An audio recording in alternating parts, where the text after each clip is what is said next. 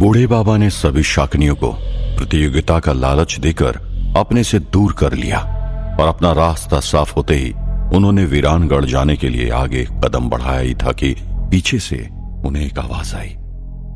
उन सबको तो बेवकूफ बना लिया तुमने, लेकिन मैं बेवकूफ नहीं हूं। मैं तुम्हें इतनी आसानी से नहीं जाने दूंगी। ये सुनकर बूढ़ी बाबा ने पीछे मुड़कर देखा।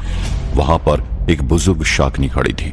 वो बूढ़ी शाकनी बूढ़े बाबा को इस तरह घूर रही थी जैसे कोई भूखा इंसान सामने रखे हुए खाने से भरी हुई थाली को देखता हो। उसे देखते ही बूढ़े बाबा ने उससे पूछा, क्या चाहिए तुम्हें? तब उस बूढ़ी शाकनी ने कहा, मुझे जो चाहिए वो कुछ अलग नहीं चाहिए। मुझे भी तुम्हारा खून ही चाहिए जिससे मैं अपनी शक्ति को बढ़ा सकूं। तुम भी काफी चालाक हो। बाकी सब शाकनियों को बेवकूफ बनाकर तुमने उनको यहां से भेज दिया, लेकिन मैं ना ही बेवकूफ हूं और ना ही उन सभी की तरह किसी काल्पनिक शक्ति की लालची। बूढ़े बाबा ने कहा, अगर लालची नहीं हो तो मेरा खून पीकर अपनी शक्ति को क्यों बढ़ाना चाहती हो? ये तो तुम्हारा लालच ही हुआ ना? तब उस शाकनी ने कहा, थोड़ा बहुत लालच तो सब में होता है, तुम्हें भी है और मुझ में भी, लेकिन मुझे किसी पद और प्रतिष्ठा की लालच नहीं। मुझे सिर्फ लालच है अपनी शक्ति को बढ़ाने की, जिससे मैं अपनी शाकनी के अस्तित्व को संभाल सकूं।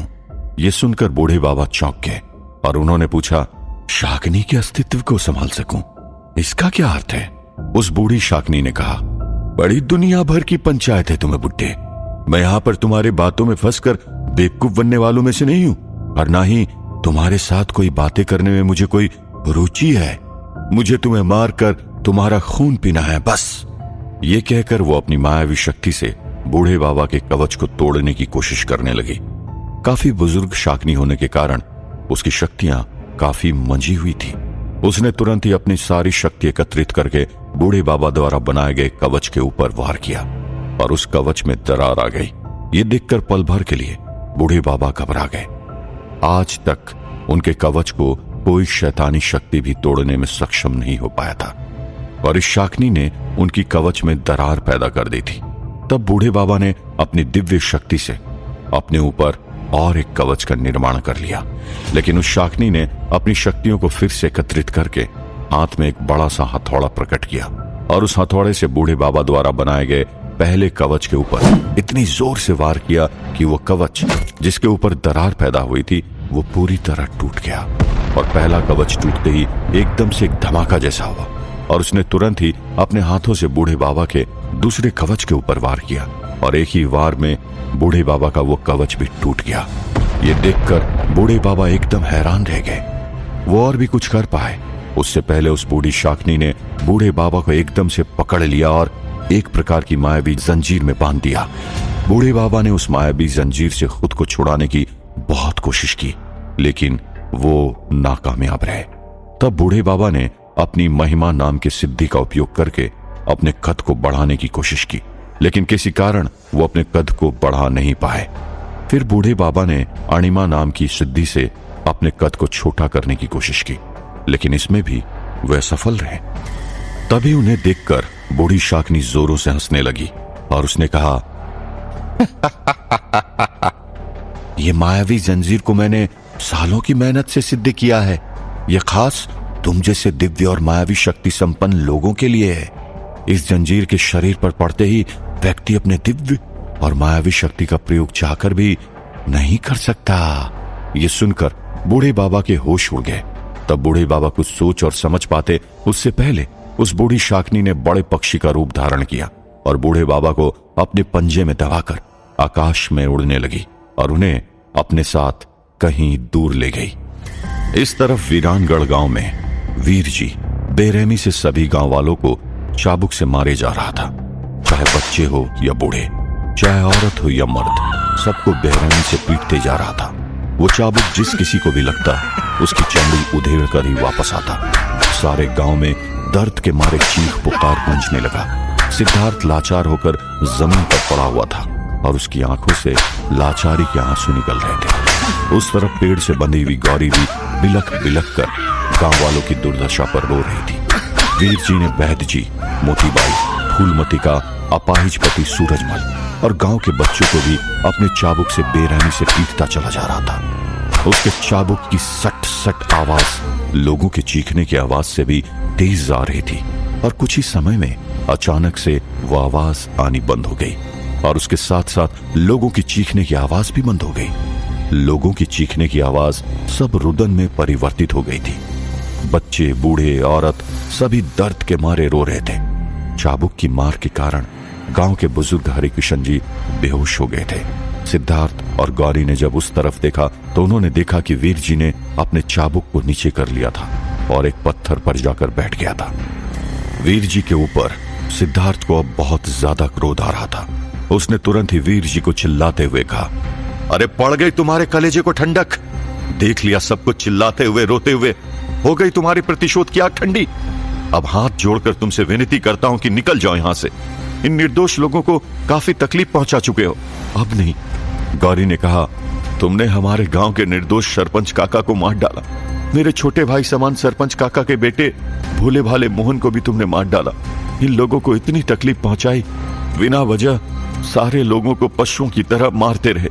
हैवानियत की सारी प्रकाष्ठा को तुमने पार कर लिया। तुमने बच्चों और बूढ़ों को भी नहीं छोड़ा।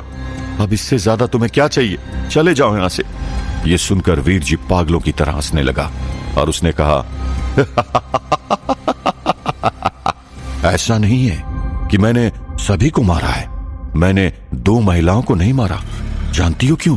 क्योंकि वो गर्भवती है और गर्भवती महिलाओं को मैं चाबुक से नहीं मारना चाहता। यह सुनकर गौरी ने कहा, इतनी इंसानियत है तुम में? यह सुनकर वीर जी ने हंसते हुए कहा, ना, बिल्कुल ना।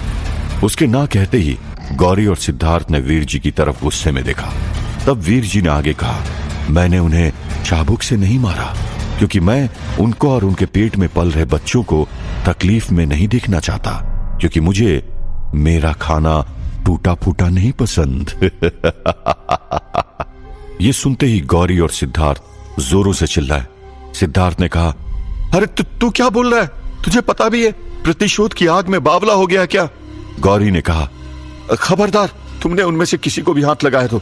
गौरी के मुंह से खबरदार ये शब्द सुनकर वीर जी को गुस्सा आ गया और वो जिस पत्थर पर बैठा हुआ था वहां से उठ खड़ा हुआ और उसने 2 कदम गौरी की ओर आगे बढ़ाया और उसने कहा, खबरदार कहकर चुनौती किसे दे रही हो? रस्सी जल गई लेकिन बल नहीं गया। देखो तुम सब अपनी अपनी हालत को।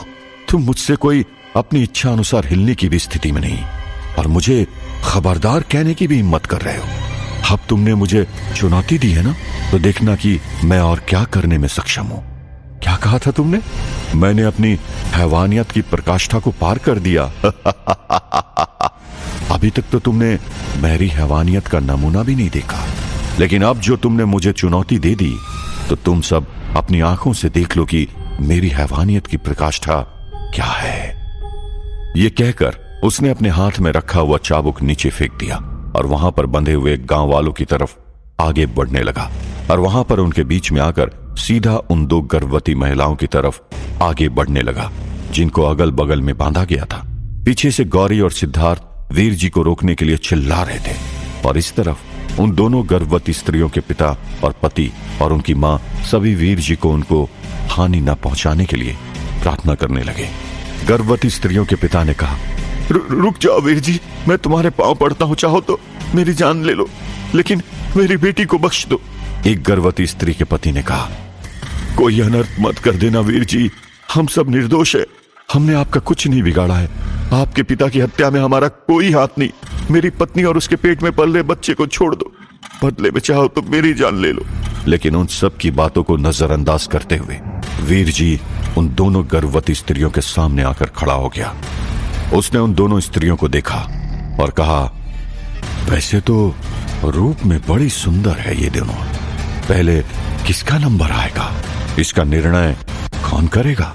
वे दोनों गर्भवती महिलाएं डर के मारे कांपने लगी और रोने लगी।